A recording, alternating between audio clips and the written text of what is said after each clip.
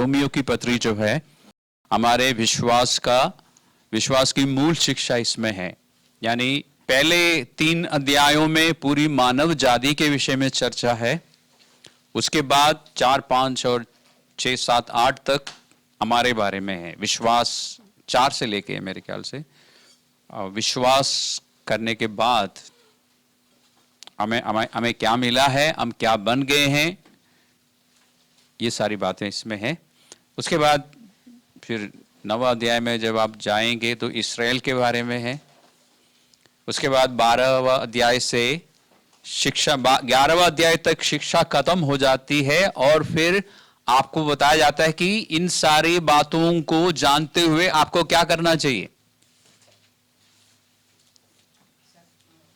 और ये सारी बात 8वां अध्याय में हम चलते हैं और ये सारी बातें मैं बता रहा हूं, पढ़ने से दिखाई देता है। ठीक है, तो मैं कोई क्या बोलते हैं कि कोई डीप टीचिंग नहीं बता रहा आपको। ये सब सरसरी तौर से जब आप पढ़ते तो आपको दिखाई देता है। तो पिछले संडे हमने इस बात पर चर्चा की कि क्योंकि हम मसीह में हैं, अंबर दंड की आज्ञा नहीं है, यानी हमारे लिए फैसला हो चुका है। और पिछले संडे की टीचिंग के बाद कुछ लोगों को ऐसा लगा भी होगा कि इसका मतलब हम पाप कर सकते हैं, कोई फर्क नहीं पड़ता, क्योंकि हमारे खिलाफ कोई फैसला नहीं है परमेश्वर की ओर से, हमारा फैसला हो चुका है। ऐसा लगा होगा कुछ लोगों को, सबको नहीं। तो इसलिए मैंने सोचा कि उस बारे में कुछ और बातें आज हम चर्चा करते हैं। जबकि मैंने पिछले संडे बताया था कि ये जो रोमियो का 8 का 1 है, अब जो मसीह में है या मसीह यीशु में है उन पर दंड की आज्ञा नहीं, ये पाप को बढ़ावा देने के लिए नहीं आपको बताया जा रहा है, पाप को रोकने के लिए। क्योंकि इस बात में ये जो पहला पद है ना, इसको अगर आप बार बार पढ़ते हैं तो आपको बहुत सारी बातें दिखाई देंगी। सबसे पहले आपको ये दिखाई देगा कि आपको परमेश्वर कितना प्यार करता है। मुझे दिखाई देगा कि मुझे कितना प्यार करता है, कि मुझ पर कोई दंड की आज्ञा नहीं होगी चाहे मैं कुछ भी करूं। और ये हकीकत है। मन में आता है कि हाँ, इसका मतलब मैं कुछ भी कर सकता हूं, कितना भी बड़ा पाप कर सकता हूं। जितना बड़ा पाप आप कल्पना कर सकते हैं उसको करने के बाद भी या बावजूद आप पर दंड की आज्ञा नहीं है। इसमें आपको क्या दिखता है? परमेश्वर का प्यार और उसकी करुणा। अब परमेश्वर का प्यार और करुणा देखने के बाद हमें क्या करना चाहिए? और कभी कभी ये हकीकत है कि विश्वासियों के दिमागों में ये बात आती है, इसका मतलब मैं कुछ भी कर सकता हूं। पता है क्यों आती है ये बात? क्योंकि हमने परमेश्वर की करुणा को नहीं समझा है। हमें इतना पता चला कि परमेश्वर करुणाकारी है और उस करुणा की वजह से उद्धार का मैसेज या संदेश हम तक पहुंचा है, हमने विश्वास किया, हम खुश है कि हम अब नरक पे नहीं जाएंगे। इस बात की खुशी है ना? हम सबको है। हमें इस बात की खुशी है कि एक दिन यीशु मसीह बादलों में दिखाई देगा और हम सब चले जाएंगे। इस बात की खुशी है। लेकिन अभी जो जिंदगी यहां पे बची हुई है, उस जिंदगी को जीते हुए अगर हमें परमेश्वर की करुणा समझ आता है तो हम धन्यवादी रहेंगे और उस प्यार को देखते हुए, उस करुणा को देखते हुए हम क्या करेंगे? हम परमेश्वर को प्यार करना शुरू करेंगे। तब हम खुशी खुशी परमेश्वर की बातों को मानेंगे, डर के कारण नहीं। इस डर से नहीं कि कुछ हो जाएगा हमारे साथ, बल्कि खुशी से करेंगे। इसलिए परमेश्वर ये बात बता रहा है, यानी परमेश्वर हमें ये बताना चाहता है कि वो हमें कितना प्यार करता है। हम दूसरा पद को देखते हैं। दूसरा पद में हमें और समझ मिलनी चाहिए, लेकिन उससे पहले मैं आपको एक जगह ले जाना चाहता हूं। टाइटस, अंग्रेजी में तीतुस की पुस्तक, तिमोथी की पुस्तक के बाद है, उसका दूसरा अध्याय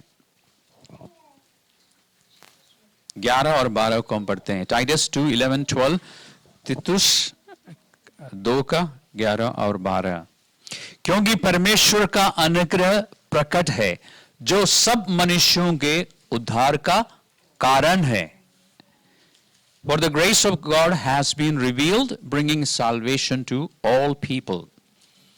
And we are instructed to turn from godless living and sinful pleasures. We should live in this evil world with wisdom, righteousness and devotion to God. और हमें चिताता है, कौन चिताता है? परमेश्वर का अनुग्रह। इसका मतलब परमेश्वर का अनुग्रह जिसको लेके हमें और भी समझना जरूरी है, जिसको लेके बहुत सारी गलत शिक्षा है। परमेश्वर का अनुग्रह एक टीचर है, एक शिक्षक है। यहां में यही लिखा ना, परमेश्वर का अनुग्रह हम पर प्रकट हुआ है और वो हमें चिताता है।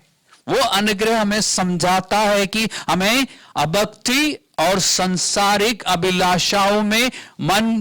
अभिलाषाओं से मन फेरकर इस युग में संयम और धर्म और भक्ति से जीवन बिताना चाहिए। सांसारिक अभिलाषाएं, सिंफुल प्लेजर्स, यानी पाप से हमें दूर रहना चाहिए। ये कौन सिखाता है? परमेश्वर का अनुग्रह। और हम क्या कहते हैं? अब हम व्यवस्था के अधीन नहीं है, हम यही कहते हैं ना। सही है, बिल्कुल सही है, क्योंकि रोमियो की पत्री में ही लिखा है कि हम व्यवस्था के अधीन नहीं है, अब हम अनुग्रह में हैं। और यह अनुग्रह हमें क्या सिखाता है? हमें पाप से दूर रहना चाहिए। तो यानी हम व्यवस्था में नहीं है, हम अनुग्रह में हैं। तो इसका मतलब ये नहीं है कि हम कुछ भी कर सकते हैं या करना चाहिए। हमें अनुग्रह सिखाता है कि हमें बुद्धिमानी से चलना चाहिए, हमें परमेश्वर की धार्मिकता के अनुसार चलना चाहिए और परमेश्वर की भक्ति। इसका क्या मतलब है? इसका मतलब वो नहीं है जो हम यीशु मसीह को जानने से पहले समझते थे। उस समय भक्ति का मतलब क्या था? जो भी आप समझते थे। इस समय भक्ति का मतलब ये है कि परमेश्वर के प्यार में चलना, परमेश्वर के भय में चलना, कि जो बातें परमेश्वर की नजर में गलत है वो गलत है, हमें नहीं करना चाहिए। और ये जानते हुए चलना कि परमेश्वर हमारा पिता है और क्योंकि हम उसकी संतान है या उसके बच्चे हैं, हमें ऐसा कोई काम नहीं करना चाहिए जिससे परमेश्वर की निंदा हो। वो है भक्ति। भक्ति का मतलब प्रार्थना करना और जपन करना नहीं है। भक्ति का मतलब है इस बात को ध्यान में रखते हुए चलना कि मेरी किसी भी बात से, मेरी किसी भी व्यवहार से मेरे पिता का निरादर ना हो। अब रोमियो 8:2 में पढ़ते हैं, क्योंकि जीवन की आत्मा की व्यवस्था ने मसीह यीशु में मुझे पाप की और मृत्यु की व्यवस्था से स्वतंत्र कर दिया है। इसका मतलब क्योंकि अब मुझ पर दंड की आज्ञा नहीं, मेरे साथ क्या हुआ, आपके साथ क्या हुआ? जीवन की आत्मा जो आपको मिला है, पवित्र आत्मा, उस पवित्र आत्मा की जो शक्ति है जो आप में काम करती रहती है, उस शक्ति ने आपको आजाद किया है, आपको पाप की और मृत्यु की व्यवस्था से स्वतंत्र किया है। तो ध्यान दीजिए, क्योंकि आप मसीह में हैं, ऐसा लिखा ना, आप जो मसीह यीशु में हैं, और क्योंकि आप मसीह में हैं, या हम ऐसा कहें कि क्योंकि हम मसीह के हैं, वी बिलोंग टू जीसस। ठीक है, आत्मा की शक्ति ने आपको आजाद कर दिया है। किन बातों से या किन चीजों से आपको आजाद किया है? बहुत सारी बातों से आपको आजाद किया है। विशेष रूप से यहां पर जो चर्चा है, आपको पाप से आजाद किया है और पाप के कारण आने वाली मौत से। आप पाप से आजाद है। जरा अपने आप को एक बार बोलिए कि मैं पाप से आजाद हूं, आई एम फ्री फ्रॉम सिन। इसका मतलब क्या है? इसका मतलब क्या है? 6वां अध्याय में इसके ज्यादा खुलासा है, हम अभी जाएंगे। 6वां अध्याय में एक बार चलते हैं, यहां पे आपको इस बारे में ज्यादा जानकारी मिलेगी। और 6वां अध्याय का पहला पद को जब हम पढ़ते हैं तो हमें समझ आता है कि ये 21वीं सदी है ना, तो पहली शताब्दी में भी कुछ लोग इस शिक्षा को, इस पत्री को लिखने से पहले भी इस सच्चाई जब लोग सिखाने वाले चर्चेस में सिखाते थे, हमारे जैसे छोटी छोटी मंडलियों में, तभी कुछ लोग इस शिक्षा को गलत समझते थे और ऐसा कहते थे कि इसका मतलब यह है कि हम खुल के पाप कर सकते हैं। फिर लोगों ने यह भी कहना शुरू किया कि क्योंकि हमारे टीचर्स ऐसा सिखाते हैं, यानी सिखाने वालों को भी बदनाम करते थे। मुझे कहां से पता चला? हिस्ट्री से नहीं पता चला, पहला पद को पढ़िए। तो हम क्या कहें? क्या हम पाप करते रहे कि अनुग्रह बहुत हो? और कदापि नहीं, बिल्कुल भी नहीं। यानी क्योंकि यह प्रचलित रहा है, यानी ऐसी गलत शिक्षा सिखाने वालों ने नहीं दी, लेकिन लोग अपनी गलत फहमी या गलत विचार या गलत समझ जो उनको मिली है वो दूसरों को साथ बांटते रहते थे। आज भी ऐसा ही होता ना चर्च के अंदर समस्या होने का एक मुख्य कारण क्या है? या तो सिखाने वाला, जैसे हमारे चर्च में मैं गलत सिखा रहा हूं, ठीक है, जो कि मुझे अभी पता है कि मैं नहीं गलत सिखा रहा हूं, तो फिर दूसरा कारण क्या है? लोग अपने खुद को जो समझ आया है वो दूसरों को साथ जरूर बांटते हैं, है ना? अपने गलत विचार, गलत समझ,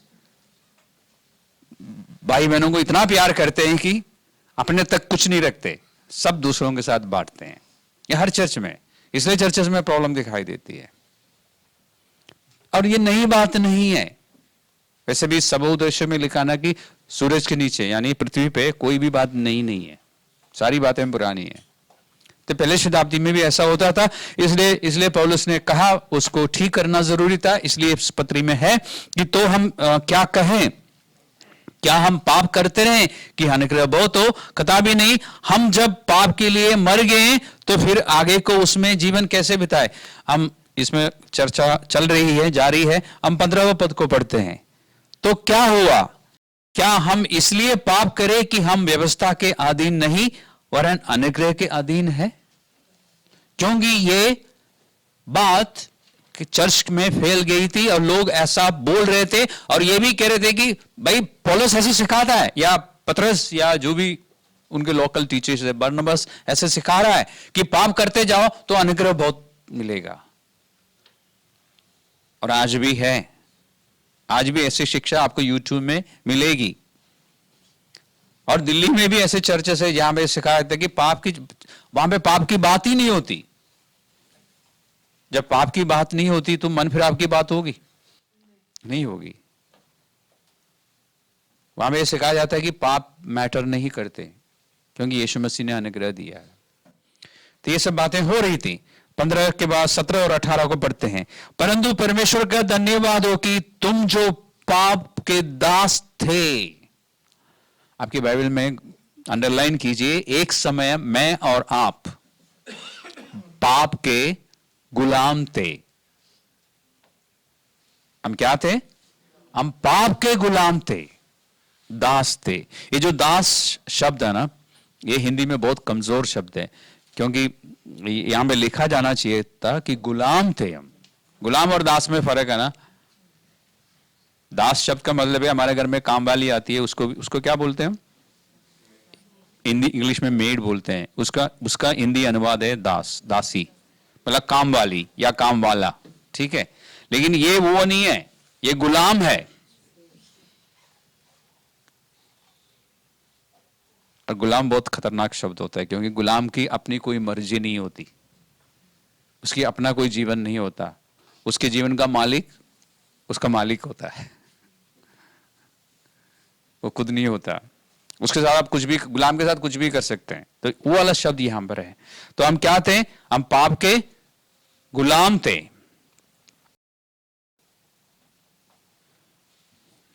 अब मन से हम पहले ऐसा थे और एक दिन मैंने और आपने, एक ही दिन नहीं, अलग अलग दिन में की बात है, एक दिन हमारी जिंदगी में हमने क्या किया, हमने उस उपदेश को या उस शिक्षा को ग्रहण किया।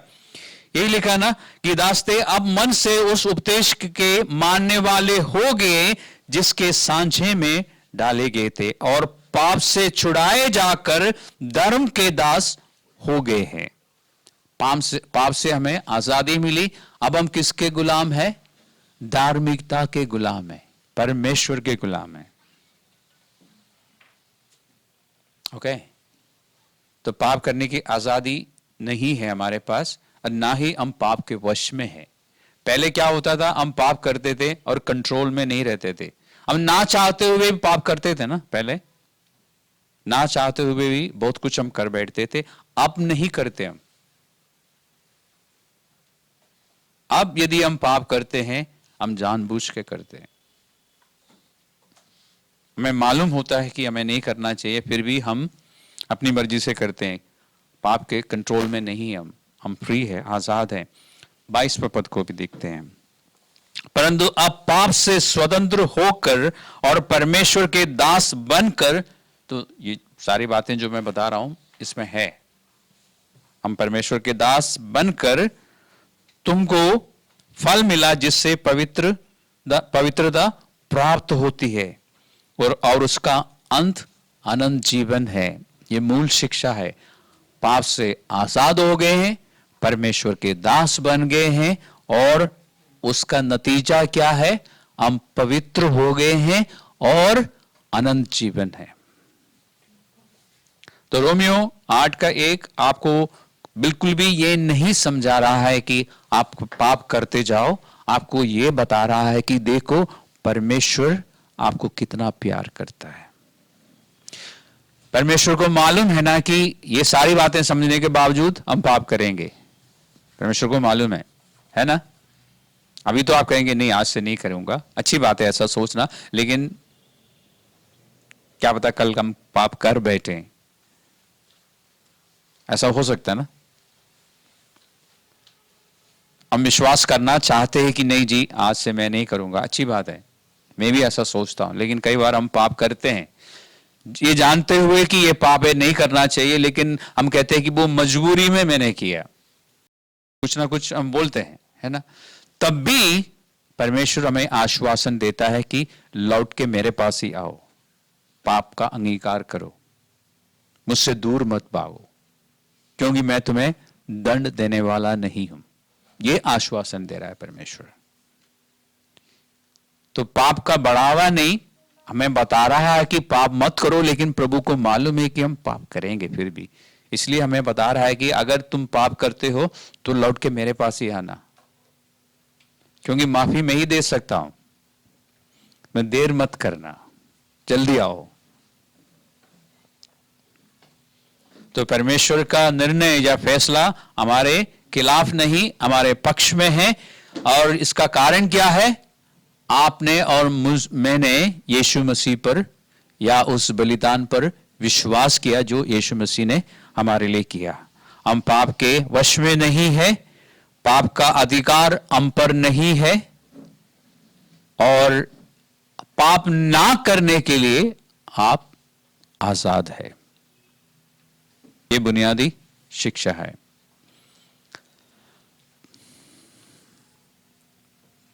रोमियो की पत्रिका 5वां अध्याय से लेकर 8वां अध्याय तक, अभी मैं पढ़ने के लिए नहीं कह रहा हूं आपको, इसमें परमेश्वर की करुणा प्रकट है। अगर आप ये जानना चाहते हैं ना कि परमेश्वर के लिए पुराने नियम में हमें पढ़ने को मिलता है कि वो अनुग्रहकारी है, दयालु है, अति करुणामय है, लेकिन वो बहुत हजारों साल पहले की बात है। हमारे लिए परमेश्वर की करुणा कितनी बड़ी है, यह जानने के लिए किसी दिन थोड़ा समय निकाल के 5वां अध्याय से पढ़ना शुरू करो। 5, 6, 7, 8 4 अध्यायों को पढ़ना, बार बार पढ़ना, आपको समझ आएगा कि परमेश्वर की कितनी बड़ी करुणा है मुझ पर। बाकियों को छोड़िए, बाकियों को भूल जा, आपके अपने बारे में कितनी बड़ी करुणा आज भी है। ऐसा नहीं कि बहुत पहले करुणा की थी, अभी भी है। 5वां अध्याय में आपको पता चलता है कि विश्वास के कारण परमेश्वर ने आपको आजाद किया। 6वां अध्याय में पता चल जाता है मुख्य तौर पर कि पाप से आपको आजाद किया, यानी आप पाप के वश में नहीं है। और फिर 7वां अध्याय में आपको पता लगता है कि हमारे जीवन में जो संघर्ष है, संघर्ष क्या है, हम राइट को जाएं या लेफ्ट को जाएं, ये संघर्ष रहता ना। हमें मालूम है कि वचन के अनुसार हमें यहां इस दिशा में जाना चाहिए, लेकिन समाज और परिवार के लोग या पड़ोसी और बिरादरी और जो या हालात के प्रेशर में आके हमें लगता है कि हमें लेफ्ट को जाना चाहिए। अब फैसला तो लेना है, फाइनली हम एक फैसला लेते हैं, है ना, और हम चल पड़ते हैं राइट या लेफ्ट। इस संघर्ष में भी वो हमें संभालता है, अपना अनुग्रह देता है और हमें ठुकराता नहीं। परमेश्वर ये नहीं कहता ना कि बस आज से तू मेरा बच्चा नहीं है, ऐसा नहीं कहता ना। और फिर 8वां अध्याय में हमें मालूम चल जाता है कि उसके प्यार में हम सुरक्षित है। 3-4 अध्यायों को पढ़िए, उसका सारांश मैंने आपको बता दिया, लेकिन जब खुद आप पढ़ेंगे और जब आंखें खुल जाती है तो बात मन में अच्छी तरह से उतर जाती है। आप मजबूत हो जाते हैं प्रभु में, प्रभु के अनुग्रह में आप इतना स्ट्रांग हो जाएंगे कि आप डर से या डर के कारण परमेश्वर की बातों को नहीं मानेंगे, धन्यवाद ही होके परमेश्वर की बातों को मानना शुरू करेंगे। इसलिए यदि हम पाप कर बैठते हैं, यदि हम हार जाते हैं कई बार, तो भी हम लौट के जा सकते हैं, बल्कि हम भाग सकते हैं परमेश्वर की ओर। पुराने नियम में नीति वचन में लिखा ना कि यीशु मसीह का नाम, परमेश्वर का नाम एक ऊंचा गढ़ है और धर्मी जन उसकी ओर धीरे धीरे चल के जाते हैं। कैसे लिखा है? उसी ओर भागते हैं, the righteous run to it. तो आपको देर नहीं करना चाहिए आपके अपने फायदे के लिए। आप जब दौड़ के आएंगे ना परमेश्वर की ओर, तो परमेश्वर भी आपकी ओर दौड़ के आएगा। कहीं लिखा है, मैं बोल रहा हूं, आपने कहीं पढ़ा है? प्रोडिगल सन, ओके। तो प्रोडिगल सन जब वो चक्कर काट रहा था सूअरों के बीच में, तब उसका बाप दौड़ के नहीं आया ना, नहीं आया ना, बड़ा पुत्र जब वहां चक्कर काट रहा था, ठीक है। लेकिन जब वो पिता की ओर चल के आया तो लिखा है कि पिता उसको ग्रहण करने के लिए, उसको गले लगाने के लिए दौड़ के आया। तो हमें ज्यादा चक्कर नहीं काटना चाहिए सूअरों के बीच में ठीक है। मैं पाप करने की आजादी की बात नहीं कर रहा हूं, पाप ना करने की आजादी की बात कर रहा हूं, लेकिन कभी कभी हम प्रेशर में आके पाप करते हैं और फिर हमें पता चल जाता है। पहला दिन बहुत ज्यादा बोझ रहता है ना, नहीं रहता तो हमें सोचना चाहिए। अच्छी बात है कि पाप करने के बाद एक बोझ हम महसूस करते हैं, अंदर चुभन महसूस करते हैं, उसी समय भागना चाहिए परमेश्वर के पास, क्योंकि अगले दिन जाके थोड़ा सा कम हो जाता है, वो 2-3 दिन के बाद बिल्कुल 0 के बराबर हो जाता है। इसलिए पहली बार जब आपको महसूस होता ना कि मैंने गुनाह किया है, मैंने पाप किया है, तो तुरंत परमेश्वर के पास भागना, और उसके बाद आपके गुनाह से किसी और को नुकसान हुआ है उनके पास भी तुरंत जाना, उनके सामने अंगीकार करना, आप बचे रहेंगे। आप इस तरह परमेश्वर के अनुग्रह में मजबूत रहेंगे। पतरस की पत्री में, मेरे ख्याल दूसरा पत्री में है, 3 अध्याय में लिखा है कि परमेश्वर चाहता है कि हम उसके अनुग्रह में और उसकी पहचान में आगे बढ़े। तो इस तरह हम परमेश्वर को नजदीकी से पहचानना शुरू करते हैं, इस तरह हम उसके अनुग्रह में बल प्राप्त करते हैं। अब कोई, मेरे ख्याल से कोई गलतफहमी नहीं होगी कि रोमियो की पत्री का 8वां अध्याय में जो शिक्षा है वो पाप को बढ़ावा नहीं दे रहा है, आपको कहा जा रहा है कि इसलिए पाप से दूर रहो क्योंकि हम आजाद हैं। और यदि पाप हम करते हैं तो दौड़ के परमेश्वर के पास जाना, अपने पापों का अंगीकार करना, क्योंकि परमेश्वर आपको कभी भी दंड की आज्ञा नहीं देगा।